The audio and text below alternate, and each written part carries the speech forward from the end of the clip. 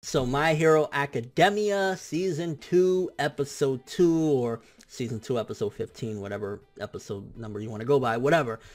Pretty much this episode, I like the fact that one of the big things it did was we're finally starting it. Like, you know, it wasn't going to take 4 or 5 episodes to get into the festival. It was like, okay, Episode 2, bam, let's go. It takes place from where the last one left off, with Deku and All Might having that conversation, and All Might pushing him like, yo, you really need to do this. And of course, Deku's character kind of just being a little overwhelming for All Might at times. It's like, you're asking too many questions, you're thinking about too many things, just go and kick some motherfucking ass in this tournament. Now, I feel as though Bakugo made a big mistake that is gonna put a lot of pressure and struggles on his class, and that's when he went up to the podium, and like the asshole he is, and anybody that knows Bakugo's personality, they knew when he went up to the podium it was not gonna be nothing good. It wasn't gonna be like, oh yeah, everybody do your best, let's try and make a really cool fest. Like, that's not Bakugo. When he said, yeah, I'm gonna be the best, you know, like, I was like, oh shit, it gave me a little bit of reminiscent to like when Goku went in, you know, the Universe Survival Tournament and everybody just started hating him because he's just like nonchalant about shit. It's like, yeah, Bakugo, maybe you shouldn't have said that, because you could see throughout the episode is building up that a lot of the other classrooms in UA, the first years especially, they're starting to get a little bit jelly, I would say. They're a little bit like, yo, y'all think y'all the shit. Y'all ain't the shit. We'll fuck y'all shit up. So you're starting to see a little bit of the animosity towards them, because not only what Bakugo did in this episode, but even prior to that, the events of the end of Season 1, where they survived essentially a big attack from the villains, is like, now people are all eyes on them. Everybody's going to be kind of targeting them, because it's like, yo, y'all the big dogs. If we take the big dogs out, we're going to be the big dogs. So it's kind of a lot more building up that UA, or Class 1A, shall I say. They have a lot to fucking go through, because everyone's coming for their necks. And you got a little bit of the competition. I think that this episode was also building forth Todoroki. We've seen him obviously before in multiple episodes, but this is slowly the start of really diving into his character and kind of understanding things. You see, even when he's competing and he's freezing everyone around him, he's like,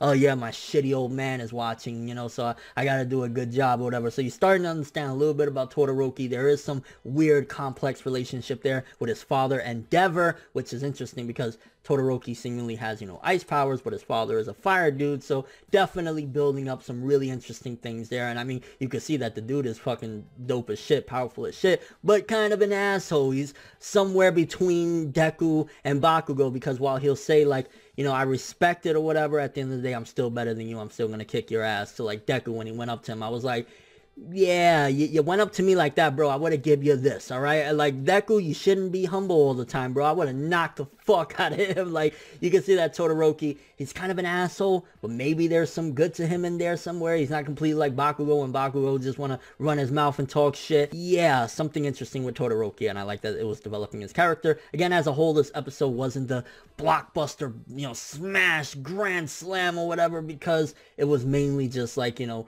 diving into the beginning of the festival and things getting started, a little bit of competition, Deku's mom shitting herself like, oh my gosh. And you can see as well, this episode was a pure demonstration of Deku's character development from Season 1 till now, when he's thinking back and he was like, he couldn't even move in the beginning of his entrance exam to get into UA when the big robots were coming at him. He was like, I can't move. This time around, he's like, okay, I need to think of a plan quick. So showcasing that Deku has already, in one season, 12 episodes, 14 episodes in total up until this one, which is the 15th one, he's had some pretty good development already. He's no longer that straight up pussy, scared of everything motherfucker. It's still in him to be a little bit scared, but he's grown a bit, so that was nice in the development department. But as a whole, it's still, you know, just getting into the meat of things. We're slowly starting things. We started the festival, we had a little bit of competition just beginning, getting a little bit into Todoroki, so some good stuff there. Not a grand slam again, but still a solid episode. Definitely would argue that it was better than last week's episode. Last week's episode was really just straight up setup. This one was setup and getting into the festival, which is really exciting stuff, because the festival is like a lot of people participating. And again, it's also interesting that UA, or not UA, but our class 1A, really has all the spotlight of that. And even over the third years, like, people are like, whoa, third years, who the fuck cares about them? We got fucking these first years that are fucking insane. So good shit there as well. But as a whole, again, not the greatest episode or anything, just a decent setup, I'd say. I'd argue if I gave last week, well, I believe like a 6.5 to a 7, maybe a 7.5 for this one. Solid, good start. I'm looking forward to seeing the festival go deeper. And yeah, the classroom, they got a lot to fucking worry about. Also, quickly,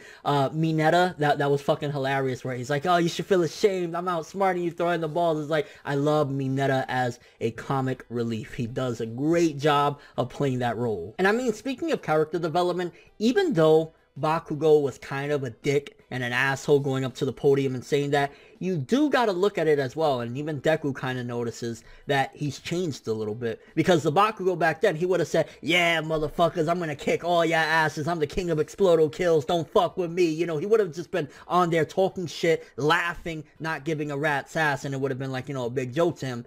Bakugo this time around, while he said that, he's saying it more in a serious manner and a really focused manner. So you can see that he's coming into this not playing games. He's not being the same old Bakugo that felt he was cocky and confident about everything. And I think a big part of that has to do with the loss he sustained to Deku in Season 1. I think that changed him a bit. And also seeing people like Todoroki. Todoroki's quirk and Todoroki in general is no joke. So he's seen all this competition and he's realizing, even though, yeah, I'm going to be number 1. Don't worry about it. He can't fuck around and joke around anymore, and he's starting to realize that there is more talent out there than just him. I think he started this series and started off at UA with this childlike mindset, childish mindset for that matter, where it's like, fuck all of you motherfuckers, I'm the big bad dog, you know what I'm saying? And he realizes that he really can't talk his shit like that anymore, because people will wreck him and he will get embarrassed. So instead of having to swallow his pride if he takes an L, okay, I'm gonna be a little bit more humble while still being an asshole and a dick at the same time. It's like,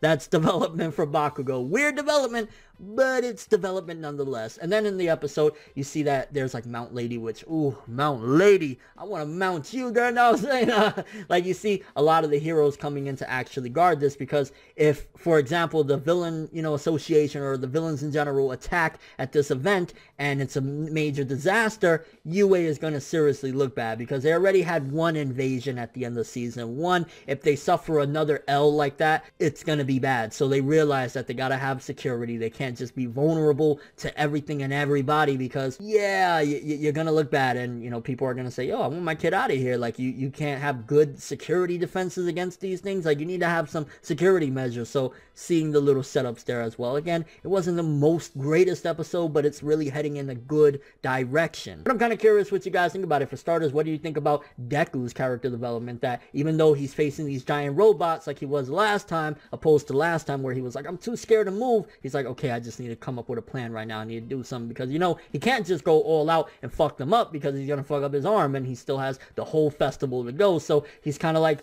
stuck between a rock and a hard place. He's not scared no more, but he also needs strategy. How do you feel about that? Do you feel as though that's some really good and quick growth for a shonen main character? It's like, what, episode 15 of this, and he's already gotten to that point? Good shit there. Also, what do you think about Bakugo's character development? How do you feel that even though he's still being the asshole that he is, he's not playing around this time? He's not laughing, he's not smiling, he's not saying it as he's cackling. He's like, no, I'm going to be number 1, y'all going to see. It's like, you could see the loss he took from Deku, and seeing all these crazy people with these crazy quirks has really set him straight. And also, what do you think about Todoroki? How this episode set up that not only his power is still fucking insane, how he's kind of in between Deku and Bakugo, way less like Deku, more like Bakugo, in a sense of like, he is an asshole, he does have somewhat respect, you can see there's a problem and a relationship issue between him and his father, and it looks as though it's going to be more centric as this festival goes along to Todoroki's character and him being a big player in all this, because it's like, Todoroki, I'll tell you this, spoiler alert, he's a good fucking character, a really interesting character, and I'm looking forward to seeing the anime handle him more, because it was pretty much shafted out of season 1. We didn't really get much. It's like, hey, look at his cool ice powers, hey, look at his cool design, and that's it. Now we'll be able to dive more into him and see more what this guy is about, and I'm